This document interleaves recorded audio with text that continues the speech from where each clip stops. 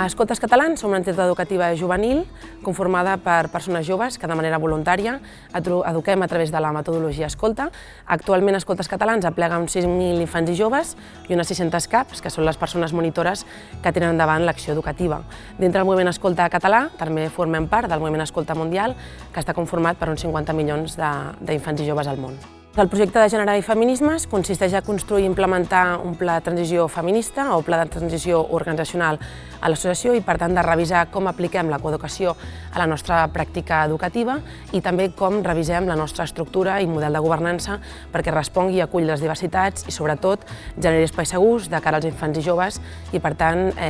faci una tasca de prevenció i de gestió deguda de les violències masclistes presents a la nostra societat.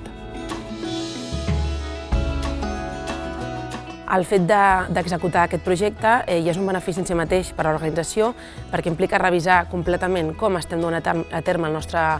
tasca educativa i, d'altra banda, com ens organitzem. El propi procés ja ens aporta un aprenentatge des de la perspectiva feminista i, per tant, intentem posar el focus en el procés i no en els resultats. I, per tant, no anem a mirar a produir, sinó com transformem les relacions tant de poder, com gestionem les diversitats dintre de l'organització i, per tant, com això impacta a la nostra tasca educativa i d'incidència social i política al nostre entorn. Des d'Escoltes Catalans creiem que és imprescindible executar projectes com aquest perquè precisament som entitats que promovem la transformació social, per tant entenem que som entitats, i sobretot les juvenils, les que hem de liderar aquest qüestionament de les relacions existents de poder i sobretot les que qüestionem i combatem les violències estructurals que patim com a joves i com a persones